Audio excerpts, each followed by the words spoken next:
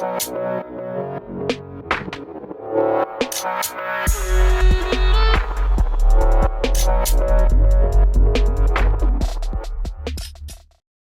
in this video, I'm going to be sharing with you my own thoughts and theories regarding the Delphi murders and the recent Reddit Q&A session with a retired New York special investigator. Now, I've been in contact with this special investigator over the last 48 hours, and he has kindly allowed me to use his content in order to share my own thoughts and feelings on the Q&A session. This guy, as I say, is a retired special investigator. He's not directly linked with the Delphi murders at present, and what he talks about is his own ideas of what is taking place during the investigation process. Now, to start with, I'm going to narrate a section of Kegan Kline's police interview for you where they're talking about two mobile devices connecting to one Snapchat account on the morning of the murders. Once I've narrated that for you, I'm then going to insert the ex-detective's thoughts and feelings on what he believes may be taking place at the home of Kegan Kline on February the 13th. Okay. Just like again, it's the fact that you're communicating to her multiple days at a time, just like the other girls that you were talking to, including up to the day that she went missing, right before. And what I want to know is you would communicate with her on what? The iPhone 5 was your primary device, right? Yeah, that's a fact. Okay. What other devices would you communicate with her on? I don't know. I've got no clue of even talking to. What other devices would you communicate with anybody else on at that time? iPhone? Yeah. Well, on February the 13th, this would have been logged in a little bit earlier. So that would have been 8 o'clock in the morning at your house, okay? Where you and your dad lived. Two separate devices. See the numbers here, how they're the same? Log in, log out. Log in, log out. One device, log in, log out. All within minutes of each other. To the same Anthony Shots Snapchat account. What two devices were these? So to clarify what is taking place in this part of the police interview is that on the morning of the murders, February the 13th, 2017, there are two mobile devices accessing one Snapchat account from the home of Kegan Kline. Log on, log off, etc, etc. And Kegan Kline's explanation for this is frankly laughable and actually shows the stupidity of the man himself. His excuse or his reasoning for this is that he's using both devices at the same time. He's got them both open and it basically allows him to message more women. It makes things a bit more efficient. That's the illusion that he's trying to come across with, basically. But the police know, and Kegan Kline knows himself, that when you log in from one device, it kicks you off of the other. His dad, could have had access. We know on the 13th that there was a fight going on in the house where somebody was signing on to Snapchat. Then immediately another device in the house was signing on to knock that person off. So something was going on, like who wanted the control. That's what and that's the whole thing, power, control. It's really interesting there that the detective talks about a potential power struggle or battle for control on the morning of February the 13th. Could we be looking at here two individuals who are, as he says, fighting for control over that account? Was there a disagreement somewhere?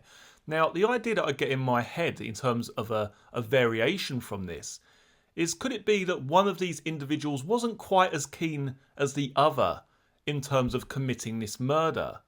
Bearing in mind we're looking at a potential father-son combo here. This all took place at the Kline residence on the morning of the 13th. Could it have been that one of these individuals wasn't so keen on committing this murder, didn't want to be involved, didn't want to get the girls to the bridge that day? Or could it be something as simple as these two individuals not being able to agree on where they're going to lure these two girls? One of these individuals was hell-bent on luring them to the high bridge. The other individual had other ideas potentially, and they're battling over the account, logging the other one off. It's very, very strange behaviour. I would say if it's not some kind of power struggle or some sort of battle for control over the account, then I think we're looking at here the potential of these individuals trying to hide evidence in some way. I think we need to remember we're looking at really level 1 thinkers here in terms of hiding evidence. They don't really appear to be sophisticated in terms of hiding their trail. It's very basic, isn't it, when you look at this case in terms of, okay, oh, I've moved here, I'm living here, or it couldn't have been me, I was in Vegas, I was doing this, I was doing that, like changing dates on Facebook after the event, and it's very, very amateurish, really, when you think about it. I mean, in their minds, did they think to themselves, okay, look, we're going to commit this murder, but what we're going to do is we'll communicate to them, or to Liberty, with two different devices. That's what we'll do. Okay, so you send one message from this device, I'll log off, then you log on with this phone, and then you send another. Then they won't be able to tell, will they? Because, they'll never link it to our home Wi-Fi. No, of course they won't. To me, that's how their mind's working. And that's shown throughout the interview of Kegan Kline, the fact that on the day of the murders, he claims, okay, well, where's my phone? It's at home, isn't it? And they say, no, you log on to someone's Wi-Fi at this particular location. No, I didn't. I mean, immediately denying the obvious. The police have all of this information, and if he can't lie his way out, he basically says, I can't remember. So we're not looking at some mastermind here, some sort of criminal mastermind. They're not very sophisticated at all in terms of hiding their trail. I believe that could also tie in with the fact that Kegan Kline is then searching for web searches on Google or whatever with such terms as, can the police trace IP addresses? I mean, oh, come on. I mean, they can't be that stupid, can they? To actually think, okay, well, if we use two phones, then they're not going to know, are they? Because, they'll find one phone that sent a few messages and the other phone will have a few messages and they won't be able to really pin down who sent them. I mean, has he only realised that after the murder? Is that why he is searching for, can police trace IP addresses through social media, whatever he searched? It's very, very basic. I mean, the fact that they've got away with this for so long it's mind-blowing, to be honest. It really, really is staggering. For more than 2 years, you never thought we would shift gears to a different investigative strategy, but we have. So they basically said to them, this is how we got you. So don't try and play like the Anthony Shots thing isn't you. So you get what I'm saying?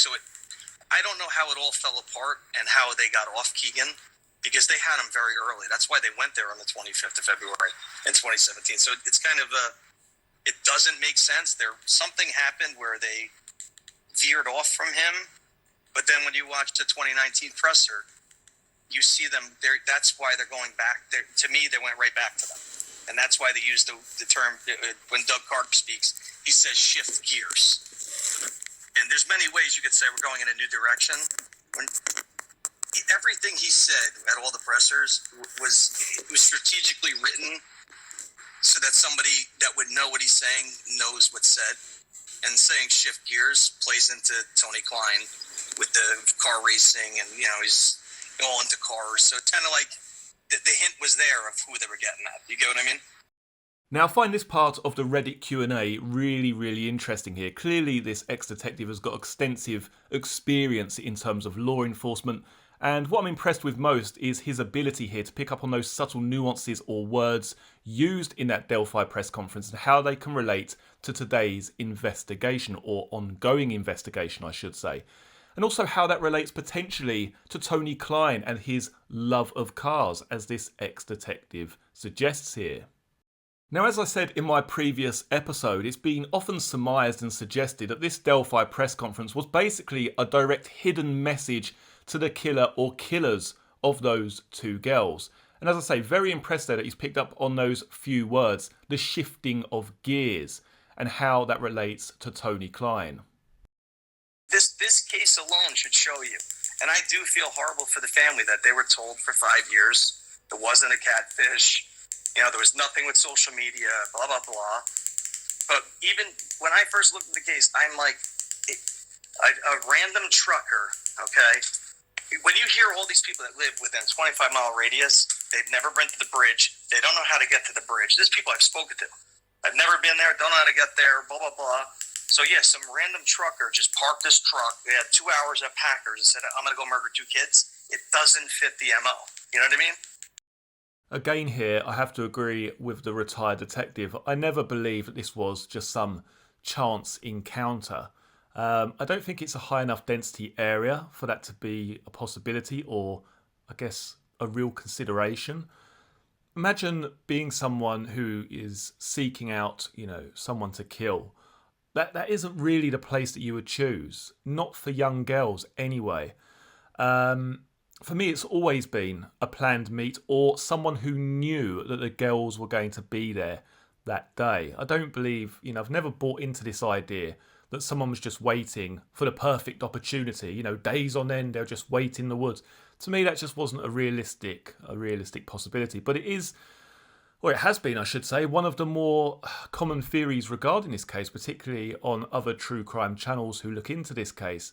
But as I say, certainly not for me. For me, it's always been either a planned meet or that they knew that the two girls or one of those girls was going to be there that afternoon. Now, one of the more interesting talking points during this Q&A session is the discussion regarding a man who was seen wearing a ski mask after the murders and a young girl who was in contact with the Anthony Shots profile.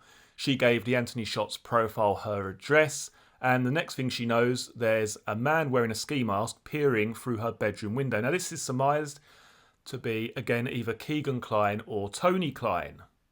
Now, this appears to be a little bit of a sticking point for some people because Kegan Kline knew the family. He knew of the address, so why would he need the address from that girl to be able to visit her? Now, in my mind, I'm going to try and explain this as best I can. We need to remember that he is the persona of Anthony Shots.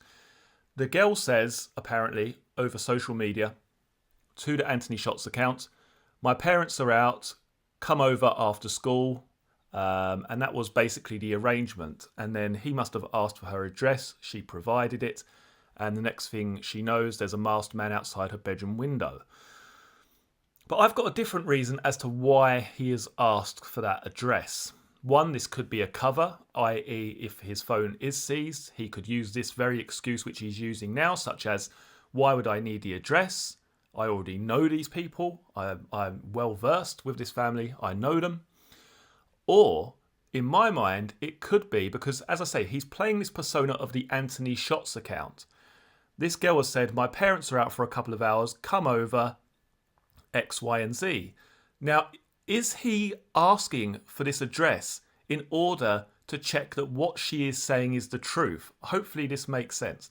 So if he asks for her address, she provides the address, then that's, you could say with a fair deal of certainty, that the fact that she is saying her parents are out and she's also provided her address, that is most likely the case. Someone who is going there for, illegal reasons, either to steal her phone or to do harm to this child herself, is going to want to know for a fact that this girl is serious about what they're planning. She's going to be serious if she provides her address, isn't she? So maybe that's why the Anthony Shots account has actually asked for the address, to really, I guess, use a backhanded way of confirming that the parents won't be in and that the girl will be there at a certain time. Hopefully I've explained that in a roundabout way. Basically what I'm saying is by getting her address, it's almost verifying that her parents won't be in, if that makes sense, because this girl's not going to give over her address for Anthony Shots to turn up with her parents there. So that could be, I don't know if they're that clever. I don't think Kegan Kline and Tony Kline are as clever to think of something like that, but in my mind, it's at least a possibility. It's kind of like a backhanded way of verifying that she will be home alone. By providing that address, he's going to turn up because her parents aren't going to be there. Anyway, before I go, I must say a massive thank you to the ex-detective CD. I've actually been in contact with him recently over the last 24 to 48 hours, and he has kindly allowed me to share my own thoughts on his Q&A. I will pop a link to his channel in the video description box below where you can listen to this Q&A in its entirety. It's just over an hour in duration, and I think you'll find it incredibly beneficial, particularly if you have an interest in the Delphi case. So pop over to CD's YouTube channel. It's called Analysis of a Crime with CD, and I'll put a link to that in the video description box below. just drop him a subscribe, tell him that Crime Scene to Courtroom sent you over, and I'm sure he's going to be producing some really thought-provoking content over the weeks and months to come. Many thanks for joining me for this particular video. I look forward to seeing you all again for the next one. Take care. Cheers.